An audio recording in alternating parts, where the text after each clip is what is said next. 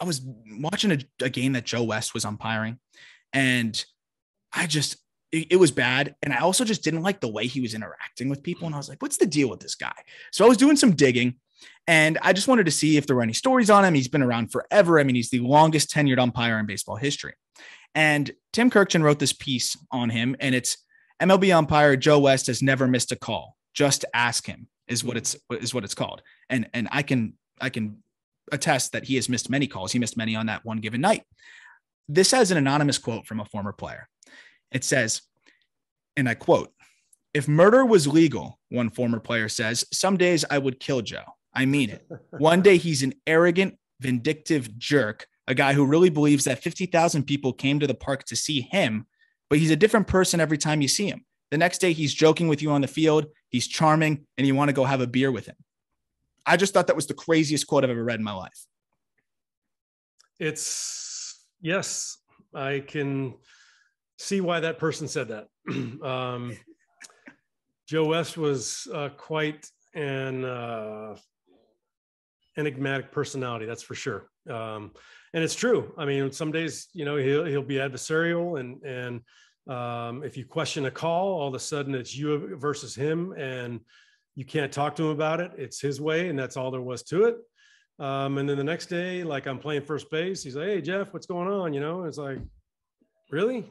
I mean, we hated each other yesterday, but I will give him that. He didn't seem to hold a grudge. He just kind of went on to the next day, turned the page, and there you go. But there's obviously a problem with the evaluation system right now in baseball, and they have no recourse for having bad games. Yeah, there's really no accountability. There's no accountability. They don't get suspended. They don't get demoted. Here, you got to go down in the minor leagues and hone your skills like baseball players do. If I suck at playing baseball, I get demoted. I have to go back down to the minor leagues and prove that I belong back up in the big leagues. So, and there's tons of umpires that, even though they weren't the greatest umpires, you could have a discussion with them about their call. And there are a bunch of them like that. Like, "Hey man, I thought that ball was out." And he goes, "Jeff, no, I saw in the corner." I'm like, "Well, is that as far out as it gets?" That's what I always said when I questioned the call. I'm like, is that as far as it goes? Is that as far as it goes? Because I want to know the limits of where I can expect it to be called a strike. And I never said that's bullshit. That's a foot outside. That's a ball. I just said, "Hey, is that as far out as it goes?" To kind of let them know I don't think that was a strike, and I want them to tell me, yes, that's as far out as it's going to get. And then I could have a dialogue with some of those guys. Yeah. Like, "No, Jeff, and I've even had a couple umpires tell me they missed it. Yeah. Hey, that's all I care. You tell me you miss it, the argument's over. There is no more argument. We're all human here. You're going to miss calls." I agree. And that's the thing is I try to put myself in those shoes. And I would like to think that, of course, I'm going to be mad if a call is messed up, especially if I'm in a slump or whatever it may be. But it's more aggravating. I think where you really see the players go from frustrated to fuming to ejection fuming level is where the umpires are dismissive or disrespectful. And then you just see the player explode, which I would understand too. Because if I just got screwed on a call and then you were an ass to me, that's really hard to keep those emotions in check. The one thing that I did find funny in the story, though, and I don't know if you bonded over this with Joe West, he was a racquetball champion, according to the story. I guess it was a very long time before. I remember talking about racquetball with Joe at some point, but cowboy, they call him. Might be a loose term. Yes, champion wear. It just says champion. And Tim Kirkchin's a really good rider. Times over my career, I would come up and people would say, "Oh, my dad was, or my uncle was national champion." I'm like, "What's his name?" And this is when I was obviously big in the sport. And it's a very small, intimate sport, so I knew all the best players. And they would say, "Oh, my dad was a national champion." I'm like, "Really? What was his name?" No, he wasn't. He might have been national club champion at his one club that was in somewhere in Idaho or something like that. But yeah, I've heard that many, many times on many champions of racquetball. Yeah, that's one of those sports where it's like, where are you actually a champion? What's in what? In your local club, whatever it is. So Joe West, and I'm sure Joe West, from what it seems like, He's the kind of guy that will play that up a little bit, where he was a champion. He also got suspended in 2017 for calling Adrian Beltre the biggest complainer in the majors, which I didn't like because I love Adrian Beltre. He was one of my favorite players ever. Another guy who you could tell just had a blast on the field. That guy was hilarious. Hilarious. I think Hall of Famer, by the way. His numbers are absurd. And his story, even more so. He had I don't know how many feet of intestines we have, but he had a lot of those feet gone before, like early in his career, spring training. They weren't even sure how he was going to physically respond to that. And he goes on and has this incredible career. He was fun, incredible defender, played for a long time, raked, did everything. Those are the kind of guys that I'm always going to give a little bit of a bump when it comes to the Hall of Fame. But with you, any specific story with an umpire that sticks out, that just kind of just ruminates in your mind still when I bring it up? Well, it's, back in the day, it was a veteran type rookie thing with umpires as well. So as a rookie player, I remember it was at Pro Player Stadium, and Paul Runge was the umpire's name. Brian Runge is now, obviously his son has been umpiring in the major leagues. I think he's still umpiring to this day, but he's been in there for a long time. But Paul Runge was like one of the main umpires in the entire league, and just a salty veteran guy. And he let me know it right away when I stepped in there as a rookie. And there was a pitch that I thought was off the plate. And I didn't look at him. I didn't confront him. I kind of went, oh God, I'm like, that's a ball. And all of a sudden he gets out of his crouch, comes over and starts dusting off the plate. And he's yelling at me.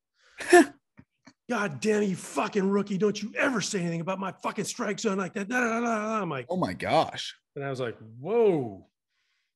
All right. So we got back behind the plate. Next pitch was like that much further outside. And he had this strike call that was long and drawn out. And I'm like, really? This is how it's going to go?